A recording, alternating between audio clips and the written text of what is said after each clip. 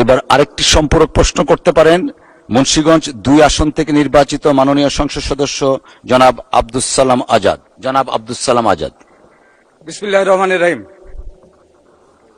মাননীয় স্পিকার, এই বাংলাদেশ জাতীয়তাবাদী দলের 48 বছর আজকে অতিবাহিত হতে যাচ্ছে। আমি প্রায় সেই 48 বছর যাবতীয় দলটার সাথে সম্পৃক্ত এবং আছি। আমি এই দলের এই প্রথম একজন সংসদ সদস্য হিসেবে আমি এসেছি। আমি ধন্যবাদ জানাই, আমি শুকুর আলহামদুলিল্লাহ জানাই আমার আল্লাহকে।